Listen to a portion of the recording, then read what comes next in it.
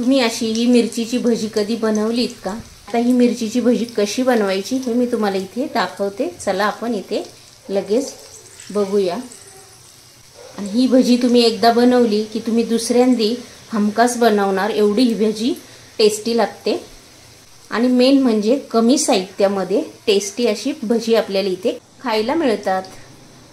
इथे आपण मोठ्या साईजची हिरवी मिरची घेतलेली आहे. ही हिरवी मिरची जास्त तिखट पण नसते. ह्याला स्वच्छ धुवून घेतलेली धूळ असते आणि कॉटनच्या कपड्याने ह्याला पुसून घेतलेलं आहे. इथे अशी कट करून घेतलेली आहे आणि त्यानंतर इथे आपण तिला मधनं अशी कट करून घ्यायची. ह्याच्यामध्ये ज्या बिया आहेत त्या पूर्ण बिया आपण अशा ह्या स्वच्छ करून घ्यायच्या, काढून घ्यायच्या पूर्णपणे. हे बघा इथे पूर्ण काढून घेतलेली आहे. सर्व असंच करून घेणार आहे. इथे मी पूर्ण बी काढून घेतलेली. इथे आपण 1 चमचा हळद टाकून घेतलेली आहे. त्यानंतर 1 चमचा इथे लाल तिखट टाकून घेतलेले. 1 चमचा भरून इथे धण्याची पूड टाकून घेतलेली आहे. इथे चवीनुसार मीठ टाकून घेतलेलं आहे. 1 चमचा भरून इथे डाळीचं पीठ टाकून घेतलेलं आहे. अजून 1 चमचा इथे डाळीचं पीठ टाकून घेतलेलं आहे. आता आपण हे छान मिक्स करून घेऊया. इथे आता आपलं छान मिक्स करून झालेलं आहे. इथे लागेल तसं पाणी याच्यामध्ये ॲड करून हे छान भिजवून घेणार आहोत. मिक्स करून घ्यायचे, पूर्ण फेटून घ्यायचे एकसारखं. तुम्ही अशी भजी बनवून बघा, खूप टेस्टी लागतात. त्याला काही फारसं साहित्य पण लागत नाही आणि पटकन होतात. तुम्ही नक्की ट्राय करून बघा. ह्याचप्रमाणे तुम्ही भिजवून घ्यायचं. पूर्ण आपली जी मिरची आहे ते त्याच्यामध्ये छान डीप होईल ह्याप्रमाणे इथे आपण असं भिजवून घ्यायचं.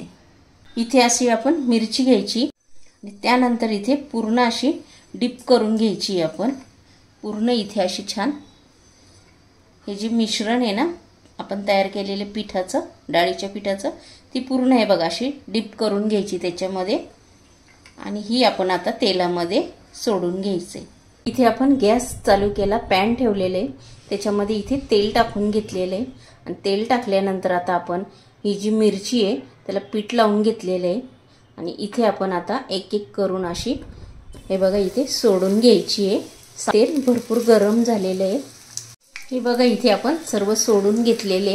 जेवढी बसेल इथे मिरची तेवढीच इथे पॅनमध्ये सोडून घ्यायची आहे. आणि त्यानंतर इथे 1 मिनिटाने सावकाश आपण याची साईड चेंज करून घ्यायची. एकदम सावकाश करायचं. तेल दोन्ही साईड झालेली आपण काढून घेऊया. आणि असेच छान छान रेसिपी घेऊन आपण नेक्स्ट व्हिडिओमध्ये पुन्हा भेटूया. तोपर्यंत तुम्ही अशी भजी बनवून खा. बाय.